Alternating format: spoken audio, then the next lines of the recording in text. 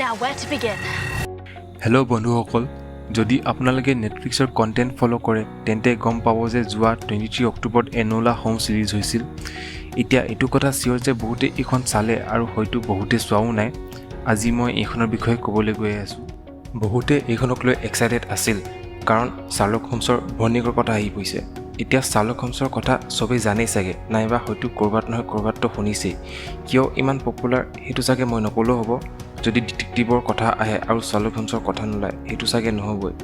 কিন্তু শাৰ্লক হোমছৰ ভনীয়েকৰ কথা তেনেকৈ আমি ইমান ক'তো পোৱা নাই আৰু ছেকেণ্ড ৰিজনটো হৈছে ইয়াৰ কাষ্ট কেইটা মিলি ববি ব্ৰাউন আৰু হেনৰী কেভিল আছে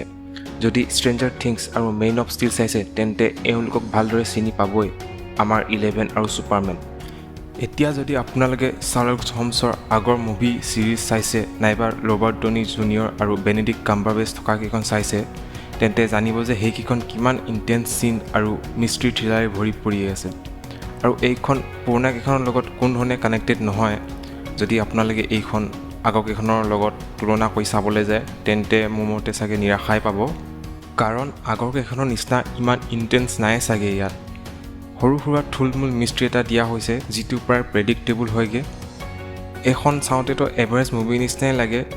আৰু কিছুমান ক্ষেত্ৰত হয়তো আমনিও লাগিব পাৰে এতিয়া যদি ফিল্মখনৰ কেইটামান ভাল লগা পইণ্ট ক'বলৈ যাওঁ তেতিয়া ফিল্মখনত দেখিব যে 1884 ইংলেণ্ডৰ এটা বহুত ভাল ছেটআপ কৰা হৈছে ইয়াৰ চিনেমেটোগ্ৰাফি টোন কষ্টিউম ডিজাইন একদম ফাৰ্ষ্ট ক্লাছ লাগিল মোক তাৰোপৰি মিলি ববি ব্ৰাউনৰ পাৰফৰ্মেঞ্চ যিটোৰ প্ৰশংসা চবেই কৰিছে গোটেই ফিল্মখনত তাইকে চাই ভাল লাগে তাইকে চাই থাকিব মন যায় আৰু তাইৰ কথা কোৱাৰ ধং তাইৰ এক্সপ্ৰেশ্যন আৰু মাজে মাজে যেতিয়া ফ'ৰ্থ ৱাল ব্ৰেক কৰি আমাৰ লগত কথা পাতে আমাৰ পিনে চাই যিটো চাউনি এক্সপ্ৰেশ্যন দিয়ে মজা লাগে সেইকেইটা চাই বাকী চবৰে পাৰফৰ্মেঞ্চ ভাল লাগিল হেনৰী কেভিলৰ ৰোল আৰু অলপ থকাহেঁতেন ভাল লাগিল হয় এইখন যিমান পৰা যায় 13+ বনোৱা হৈছে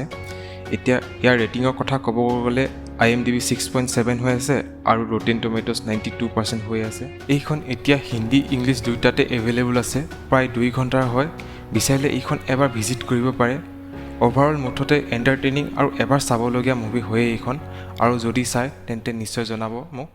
থেংক ইউ